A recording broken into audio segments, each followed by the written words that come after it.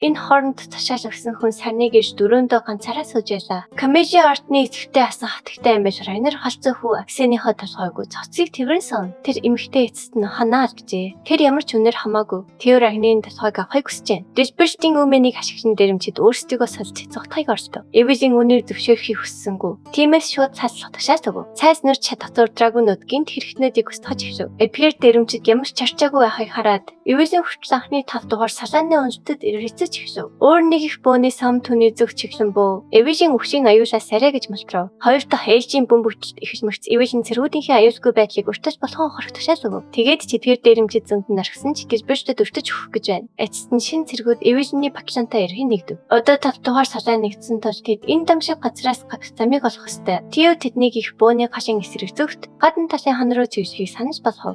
Маш их дарамт хүнд хэцүү мөчид тэрээр гайхамшигтайгаар оюун ухааны хаалгаа нээж тархиныхаа хязгаарыг тайлв. Үгээр түүний сэтгэх хорд болон мэдрэхүй насар ихээр нэмэгдлээ. Түүнийг эрхэн тойрноо харахад орчны байж туудын бүтэц зөрөг төсөж бүхэлдээ ижихий харагдав. Түүний тархинд орж ирэх хасар их мэдээллээс болж тэрээр асмаш чархв. Эвэлийн түүнийг бодит байж нэргүй чавчрах хэрэгтэй боллоо. Тэр түүнийг төлөвлөгөөний дагуу цайзаас гадагш ирэхийг оролцсон ч Тио түүнийг хэсэг хугацаанд зогсов. Тио түүлийн шийдэмгийгээр гарч руу гүрхийн оронд цайзангүй зүү орох ёстой гэж мэдэгдэв. Эвэлийн эзнийхээ шийдвэрт бүрэн итгэж үдсэн цэргүүдтэй давхар тушаалаа. Энд 21 хүний амь нас тэнсэн дээр байна. Тэд бүгдээрээ өөрсдийг нь аюулгүй газарт хүрэхийг тэрхүү гац хүүгээс гортож байв. Тэрээр нэмэгдсэн мэдрэмжийнхээ тусламжтайгаар харц дээр зөвхөн илүү их бөө. Цахиндаа холбоотой окийг хүлээж байгааг мэдэв. Энэ бол тэдний тавьсан эцсийн хавх байлаа. Тио нэгдсэн оюун санааны хаалгаа хүүхэд насны синхрончлалтай хамт ашиглан байж бүрийн тусанжийг уншиж чадчихв. Тэрээр бүх зүйлийг нэгт харж байлаа. Дайснууд цайз татар амьд үжих боломжгүй гэж үздэн ч тэрээр цайзын зохион байгуулалтыг тат харж ясан тоош арга замыг олж чадна. Зүүн талд илүү олон нууц тесрэх бодис байна. Баруун талд дараагийн ээлжийн их бөөний бөмбөгчтэй орчиж байна. Цорын ганц аюулгүй зам бол доошоо чивсэн тушаат юм. Ингээд Тио нөхдөө дагуулсан төв шатаар ородон хүн бүр амь тэнцэнгүү. Эвэлийн цэргүүдийнхээ хинэгч үждэггүй тулд цавааны хамгийн ард үжлэхийг хичээ. Мухартаас ормогц тэдний амьд үжлэхээс найдвар цанхарав. Бүгд сандралтаж Тиогийн толгойд ямар нэгэн соо төлөвлөгөө хоолов гэж түнлүү харав. Тэд ирсэн замаараа яг таг буцаж чадахгүй байлаа. Дээрээс нь дээд давхрын дэлбэрчдээс болж дээвэрчсэн нурч ихв. Барьсхын том хитрхинүүд унаж ихшин. Шин 5 дугаар салааг эндар нь бол хаюул таньж хийв. Гадаа юудэнтэй Драгон агентлагийн хангаас үзүүлбэртэй байсан цэнгэж байлаа. Тэд эцэстэн зэсхийн агуулга дахих бөөний бүх сумаа дуусгав. Энэ нь тэдний залуу эзэн Аксаны өшөө авч болох юм. Драгоны агентууд иждээ соголон цайз руу орохоор төлөвлөж байна. Тэд Тиогийн цогцыг хэсэгчлэн нийлүүлэх шаардлагатай болсон ч ас суйн баримтыг олохын тулд цусан дундуур нэгч болно. Гэхдээ энэ нь удахгүй бүтэхгүй бололтой. Шин 5 дугаар салаа хүсээс арай гэж мөртрөө. Дээвэр болон таас нурах үед Тиогийн эцсийн мөчид хийсэн зөвхөрсөн цавчигдаар тэдний зогсож байсан шалбаас норжээ. Тэд нууц газар доор хүрлөө өнөж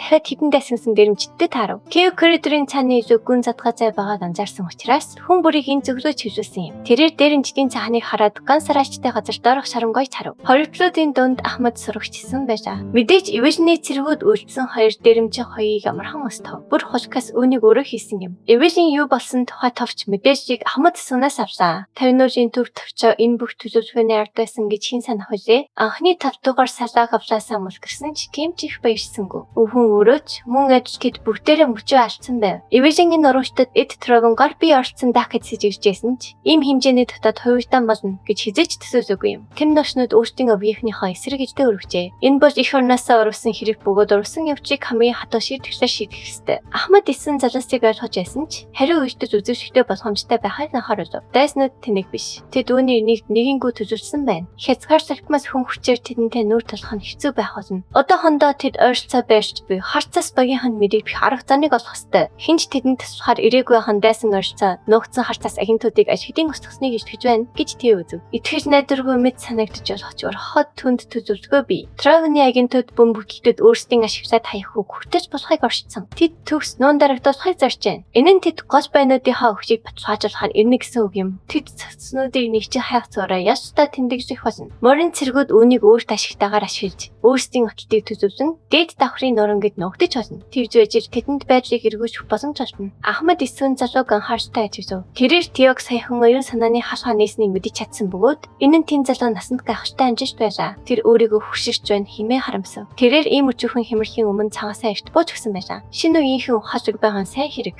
Дотор галан дахин ассан мэт Ахмад эсвэн гүлцэн ганц хүч дээрээ босож цэргүүдээ зөвхөн өсөж зэрэгээрээ ураашин дуудлаа. Цагаан хоёр талууд морин цэргийн анхны болон шин датугаар салаанууд Теогийн гаргасан төсөөлсөний дагуу оршихошно. Рагнарын хоёр бүлгийн хооронд өгсөхийн бүрэн хэмжээний тусаа нэгших гэж байна. Тровны агентууд өгсөн цогцос хайхаар цайзраа олноороо дайран оров. Тэд хэрэгчдээ товтоохын тулд чулуу. Нурангийн бүрийг нэг бүрчлэн эргүүлэх шаардлагатай болжээ. Амьд байсан хүмүүсийг шууд хүнсэг бусаар устгаж байв. Тэдний ихэлснээс хойш 1 минут өнгөрсөн ч морин цэргийн ямар ч үлдэгдүүлсэнгүй. Баруун талд цогцос байхгүй байсан бөгөөд зүүн талд бас сайн харагдахгүй байв. Отоны бар дронуудыг гарцаар гарч явахыг хараагүй гэж мэдэгдэв. Шатаж буй хавтгай цайзаар нэг тархсан. Тэдний харж чадах царийн ганц зүйлс бас хар хавшин дээр нь читийн үлдэгдэж байв. Сэжигтэй зүйлс бас чагааг мэдэрсэн ажиллагааны өдөртөвч ирчүүдээ үр дүнгүй ижлээ цагсаахыг тушаав. Тэгээд нуутмаас морин цэргүүд эцэст нь өөрсдийн отолтоор гарч ирэхэд цасарчлаа. Өрөөгч өдөртөвч эвэжний ижний эрэнд татваага нэг татгуулах төхөв. Эсрэг талын хоёр ахмад эцсийн цалаанаа хийх гэж байна. Тровен түүнийг бүдрүүлэхийн тулд бохир тоосхыг оролцсон ч эвэжний ийм өчүүхэн заж мэхэн тохор тааргүй. Дэндүү чадваршлаг байлаа. Тэрээр талааныг дахин нэвсүүлэхийн тулд акробат мэд замаас салдав. Ахмад Тровен хашгирч ирчүүддээ отож хийснийг анхааруулсан ч дэндүү оройтсан байна. Тэрээр чагсаалаа өөрчлөхийг ташаасан боловч чадваршлаг драгуудын гарт үрцэн. Түүний задаас аж хийдийн ам сус хураасан байлаа. Энэхүү урусан ажиллагаа ичрэгцснээр эвэжин Рагнарын хуурийн шүүгч болов. Үүгээр тэр тэдэнд өвхийн яш оноож ийн. Тровены ахмад тэнцэжгүйгээр бууж өгөхөөс татгалзав. Тэр эвэжиндээ цэхвэж бүрээрээ ана мана үзэрцв. Тэр түүнийг хяналтандаа байлгаж тэр байтугай хэд хідэнгээ хаштай сэрэг тавцгаа хийв. Татаддаа тэрээр эдгээр бивэр нь хөжигсэн нашнууд иххэн бүрэн бөмбөчжээс амьд үлдсэнийг ойлгохгүй байлаа. Түүний төрөвдөл хэсэг хугацаанд анхаарчийг нь сануулж эвэжинд ашиг хангалттай боломжийг олгосон юм. Тэрээр өвчийн цэхвэж хийхээр зүтгэсэн бөгөөд урагчийн татгааг тасдах шахан зорив. Эвэжин тэр харахыг үргэлжлүүлэн мөрдөж махыг нь багаар нэг татхан цусыг нь орсгов. Тэрээр таринуулын төв төвчааны үйлдвэрт бууж өгөхийг анхааруулв. Энэ үед эсэргүүцээс үзүүлэх нь үр дүнгүй. Отолт амжилттай болсон тэр мөчид энэ нь мад талсан хэрэг байлаа. Өөрийн дураар бууж өгсөн хүмүүс цохшуу хурлыг хүлээж амьд өвдөх болно. Түүний ирчүүд амьд өвдөхтэй өөрөө татагдахсан мөн. Тровны ахмад өөрсдийн нууц техникийг ашиглахыг чангаар зөвшөөрөв. Драгонбург гайхаж хоцров. Тровнуудын ханцан дотор эцсийн хүзэр нуугдж байгаа болжтэй. Озон Тровен агентуудын нэгэнд догширч Теороо дайрав. Тэрээр давталгааны хүчний хувьд мэдэгдэхүйц бөгөөд байгалийн бүсэлчдийг мэдрв. Эдгээр галзуу хүмүүс хэрэгжигчийн өндөрсөн хүчийг хортон шахдаг хороотой хүч болох цэсний өрөө урсгал. Техникийг ашигласандаа тэг хүчтэй хүчтэй байсан ч хороотой техникийн нөлөөнд давтсан агентыг гүйцэхэд хэцүү байлаа. Нэг нь хангалттай хэцүү байдал бусад нашнууд нь түүний толгойг тасдахыг хүсэн. Түүнийг тойрон цогсон болжтэй. Түүнийг галын шугамд байхыг харсан хуучин тавдугаар салааны бичсэн офицеруудын нэг нь галзуурсан эрдэнүүдийг биеэрээ хаав. Тэр офицер хөлд бууж өгөхийнхээ өмнө Теог зогтохыг амар амгасангаргүй. Сайн хүн түүний төлөө амнаас адын чин тавьж байгааг харах нь. Теогийн дотор ханхдагч бөгөөд уур хилэнтэй зүйлийг сэрээ. Тэрээр тэрхүү галзуу хүмүүсийг өөрийн хамгийн хүчтэй гурвалсан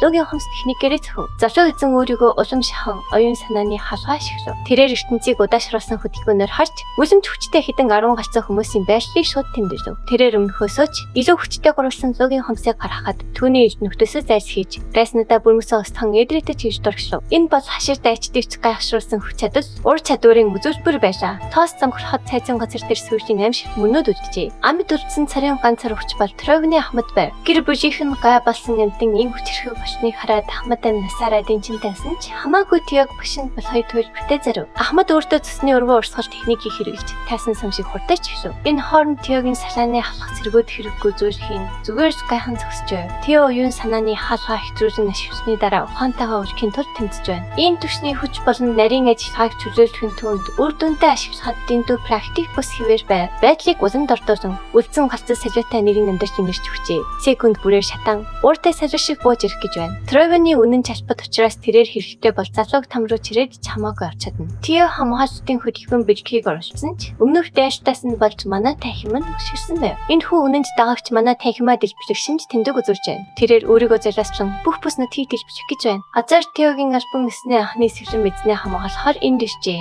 Эвэжин худаага шуурханы бурхны техникийг ашиглан амиа зэлэслэгч бөмбөгчийг хулгах сашгаар стратосферийн зөв хөргөв. Тэрхүү хулганыг агаарт жамгчарчны дараа эвэжин хорооныхаа үзүүрт салхины цэвэр хүчийг хөрөнгөлүүлж хөлрөн үсгэхээр урагш төрхөв. Эвэжиний хүч урагчийн манай танхимыг тойрон эргэлдэж амиа зэлэслэх дэлбэрчдийг хүчээр зөксөхөөр Теогийн харц зөксөв. Тэндээс Тровны ахмадыг газар руу шидэж унахын амархан байлаа. Сүүрчийн хулганыг зөксөсний дараа Тео эцэст нь төлөвлөж ядарснаа мэдэрчээ. Хулгус Эрика болон түүний халхнар бүртийн амнасыг аварсан залуу эзэнд туйлаас цасархан түүний зүггүй нэрв. Наран эцэст нь мандаж түүний гайхан шивт туяа Теогийн сэтгэл хангасан энийн зэвшиг гэрчдүүл энэхүү ажиллагаанд хамгийн онцгой байсан хүмүүс бол гарцаагүй Тео. Эвэжин хоёр байлаа. Тэд өөрсдийн даамгаж хур чадвараараа бүртийг ясартад хүргэсэн юм. Өөр амьсгал хөгжилтэй баярын шинжтэй болоход хүн бүр эцэст нь тайвширцгаа Урд шөнө өнгөрч шинэ үеийн гарамхаа өдөрт бичээр өдөрдөрсөн гэж шинэ үр цайлаа. Сарнын ордны өрөө гихтэй ханны цаана хатагтай амиж Рагнар гацсан хүн шиг ашиж байна. Эд Троун түүнийг өвчийн багал зордлагад оруулсан хараас өсгөж байв. Тэрээр тэрхүү цайзын ажиллаханд өөрийн дураар ажиллаж шаардлагагүй хөдөлгөөнүүдийг зохион байгуулсан бололтой. Тэрээр альбан өсний тушаал хурамчаар үжихийн тулд Тэнгэрийн луугийн тамгыг хулгайсан байжээ. Цагаан хоёртлоогийн морд цэрэг болон Рагнарын бус хой хэсний хүүхдийг бүгдийг нь устгах хажиж иймэрт болох хэсгүй байв. Одоо Троунчуд хүнд байж дорсоо. Нэгэн галзан эмэгтэй Эд Троуны олон 10 жилийн төлөвлөгөө боллож архив. Хатагтай амбиж өөрийн хөөрхий бяцхан их сайныхаа төлөө өшөөгөө амаар энэ хэмээн нэрхрөв. Хүүгээ эцэст нь амар амгалан нойрсуулахын тулд тэрхүү нос Тио болон түнтэй холбоотой бүх хүнийг тасчиж хайхыг хүсэж байна. Ганц мөн хүүхдийн өвхлөөс болж энэ эмэгтэй гэр бүлийнхээ өмнө хүлээсэн үрээ марцсныг эд өчиж боломгүй гэж үзв. Тэрээр өөрөндөө Аксаны ялдарч буй толгойгүй цогцыг дэслэв. Тэд төлөвлөгөөний хамгийн чухал хэсэг болох хөнөөгч сэлмийг алдчихжээ. Үүнээс хойш Амиж Троуны охин байхаа болж хөөгдөх болно. Төрсөн охин хаан нүдлөө харахад тэдний их зантай эцгэн дээрээс нь доош харж байгаа мэт санагдав. Явхаасаа өмнө Тэнгэрийн луу ордны даамар нарт Амижийг дахин хизээч харуулахгүйгээр төрчихив тушаа. Тэд мэдээж лалтаж явахгүй тул үлдсэн хүмүүсийг ч бас хэцрэх ёстой. Түгж ирдэж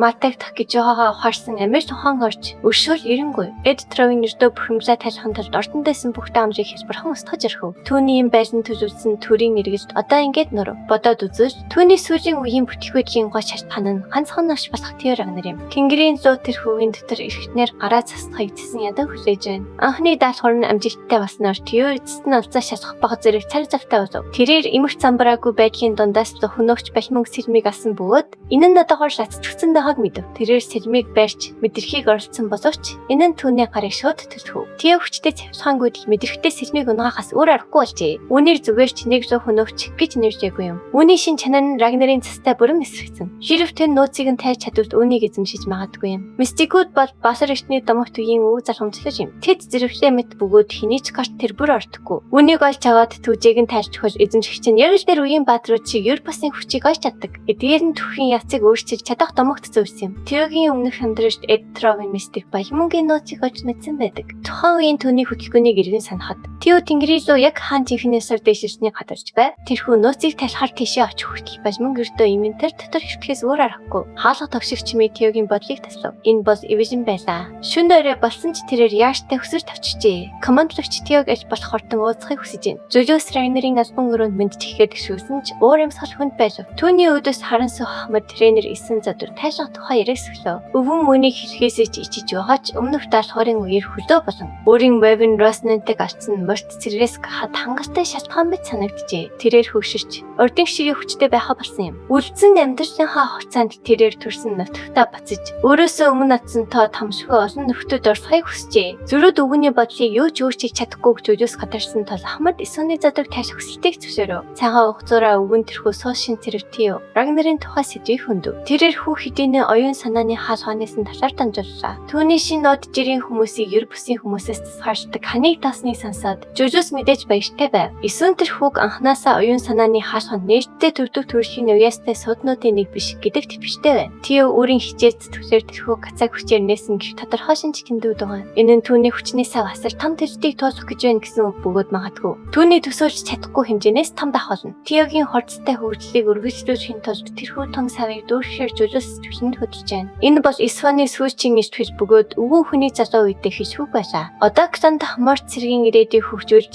хэлбэржүүлэх жожосын гар төлөвлөлээ. Өнөө шинж төрлөө төгс табын бэлтгэлийн талбайд Тиотой уулзав. Командлагч жожос хүүг сүүчийн ажиллагааны үеэр харгасан амжилтад нь сайшаасан бөгөөд Тио амжилтаа нөхдийнхөө гавья хэмээн даруухнаар хариуллаа. Дараа нь командлагч түүний тулааны онцлог хэц дэвшин талаар асуув. Тио тулааны онцлог тулааны ур чадвар хэмээн бүрөө ойлгож үүн дээр үндэслэн хариулжээ. Жожос түүнийг шууд зогсоо. Тэрээр ердөө тулааны техникийн төснийг яриаггүй байна. Тэр бол зүгээр ч өнгөн хэсгийн зүйл юм. Тулааны онол гэдэг нь түүний сэлэм ямар төрлийн ертөнцийг дүрсэлж байгааг хэлдэг. Ингэж ирэхэд Тио хэрхэн хариулахаа мэдлээ болов. Тэрээр зөвхөн өөрийн биеэр харсан гшааны тэргүүний сэлэм рүү тэмүүсгэд анхаарсаа хандуулж байсан юм. Жожос үүнийг хэдийнэ тамуулж анхандаа бүгд л тийм байдаг. Хүүгийн мэдлэгийг тэрхийн тулд төрлөө үрээ сонгосон. Тио сэлмийг арай өөр өнцгөөс харахайг үзүүлв. Түүний хүсмэгт Жожос Рагнар бүх талбайр чөтгөрлөөгийн тасгаарлах бус буюу өөрийн бүтээсэн там шиг орчин болгон хорхов. Энэ нь сэлэмт луугийн ишт хүчтэй үзэсгэлэнтэй тасгаарлах бүсэстээс өөр байлаа. Энэ бол командлагчийн тулааны онцлоор дүрслэгдсэн ертөнц юм. Энэ нь үндсэндээ домын тэжэлт юм. Жожос Рагнар түүний сэлэм нь өгийн чөтгөрийн шинжтэй гэдгийг тайлбарлав. Түүнийг харах болон дарчдыг нь мэдрэх төдийд Тиогийн амьсгал богджээ. Дараа нь командлагч байрлал авч Өөрийн хүнд дайралтын тарааллыг уян хатан байдлаар гүйцэтгэж шүү. Үүнд хүнд цохилтууд,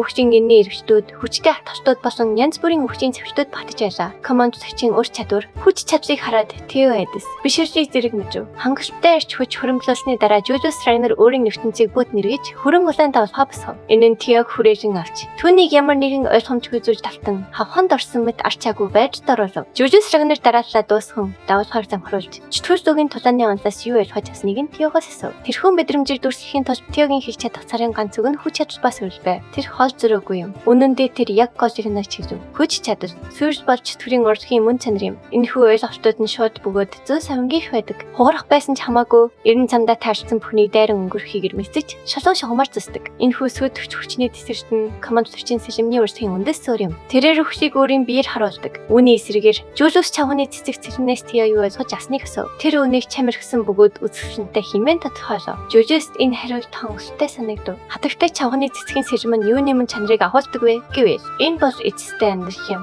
Тэрээр үр соёолж цэцэг болон урах үйл явцыг туулдаг нь амьдралын хамгийн цэвэр дүрслэж билээ. Энэ нь удаан бөгөөд зөөлөн хязгааргүй олон хавсаж өөрчлөлтөөр дүүрэн байдаг. Энэ нь нэрхэж, гүрхэж, нөхцөл байдал тасан цэвэрцдэг. Цэцэгч дуус хүртлээр түүний түн дэжүүлхэн зогсдоггүй. 902 Теод тулааны онцлог эндис үр тайлбаруудыг харуулсан юм. Түүнийг гүн бодолд автахыг харсан Жужус амьдрал. Үхэл хоёр нь түүш ширам эсрэг тодорхойлолтой. Тустай ойлголтод гэж асуув. Хүмүүс тэрнийг тийм гэж бодохч командлагч үгүйж магадгүй гэдгийг бүтэмжлэн сануулв. Гэрч тэр Теод жинхэнэ хариултыг нь зүгээр л бичдээ өвчхөө сонирхолгүй байх байлаа. Тэрээр тусгай шахбүсээ цэцэрж цаашаа сов. Явхаасаа өмнө тэр Тео руу нэгэн ном сэтлээ. Үүний хуудаснуудад командлагч Жужус хатагтай осоо нарын сэлмийн зарчмын талаар өрнөлсөн өргөн хүрээний мэдгчсэн бичигдсэн байв. Энэ нь ер бусын хэрэгч Тео сэлмийн зүй болон чөтгөрийн зүйн хоёулынгийнхэн шаварж таарсан бололтой. Мэдээж өг мэдгчсэн өрнөж ном бичигдсэн тэрхүү ховь тавилантай өдөр цагаан лугийн өрөнд орсон юм. Сүүчийн үгийг бичиж хуудсыг хаасны дараа Жужус Теогийн нөөц боломжийг ганцаараа өмжиж чадахгүй хэмээн шууд дураасан онжолов. Хатагтай чавхны цэцэг хүүд зөвхөн хамгийн сайн сайхны хүсдэг бөгөөд командлагч үүнийг үгүйсгэх хүн биш юм. Тео Рагнар бусад залхамжлагч тохиолдогчтой өрсөлдөхөд хүлээлтийг үсгээд байна. Түүний авиас чадвар агуу бөгөөд өрт дүнд үзэгдээгүй хортоор өсөж байна. Энэ нь тэрээр бэрхшээлийн ханыг тэр чинээгээр хортон мөргөнө гэсэн үг юм. Энэ ном тэрхүү хүүд уг ханыг дээд амжиж тогтоох хортоор даван толгоход нь тусгуулна. Гэсэн ч Жужус Теог өгийнхэн дайсан бочгүй гэсэн байнгын айдсаар байсаар байв. Ингэж хортон өсдөг гоц авиаснууд ямар нэг байдлаар зажгүй ховь тавилантай талхардаг гэдгийг дээр дагаа хүмүүс дэндүү сайн мэддэг. Хэрэг дүүх дахин давтагдвал тэдний сургаал орнуудын өсгөх цус болон эргэж ирж магадгүй юм. Түүний айцыг сонссны дараа хатагтай усан нэг зүйл бүрэн идэвхтэй болов. Командлагч Жужус бол уг номыг хадгалж Теог харах хастаа яг зөв хүн байжээ. Хүүг шунал давтахгүй хിവэр үлдэн гэдэгт идэвхтэй болох тэр өдөр ирэхэд тэрээр сургаалыг залуулаад өвлөрч чадна. Тэр өдөр хин бүхний төсөөлж яснаас ч иртэрсэ. Сэрмэрэ нэг болон хоёр дахь дардаг гихтдэг хоёр суугийн гүн нохон удаа Теогийн гарт арчээ. Тэрээр ийм үн цэнтэй зүйлийг хөтөх хэрэгтэй эсрэхтэй хэрэгжиж байв. Жужус түүний зохистой байдлыг аль хэдийн үнэлж шалгалтыг дагуулсан тул тэрээр тасархан хүлээн авсан. Эргээд бодоход түүний ийм авсан мэсэл тэрдөө цөөн хэдэн хүний ачаарч боломжтой байсан юм. Тэд түүнд ямар ч нөхцөлгүйгээр төсөвсаар байж түүнийг орвил руу хүчсэн билээ. Ранданы хэрэгээс эхлээд өтгөх командлагч Жужус түүнд өргөж илгэсэн хандаж ирсэн. Үүний төлөө тэрээр энэ ачийг хизээ нэгэн өдөр заавал хариулна гэж амлав. Яг үнэндээ Тео тэр ачийг яг одоо хариулах хоног арга хач энэ навтунж таатай байхгүй болов. Чөтгөрийн луу эрдэнийн чулууны төлөө зүтгэж байна. Тэрээр сонирхолтой шин тоглоом болсноос хойш баггүй хугацаа өнгөрчээ.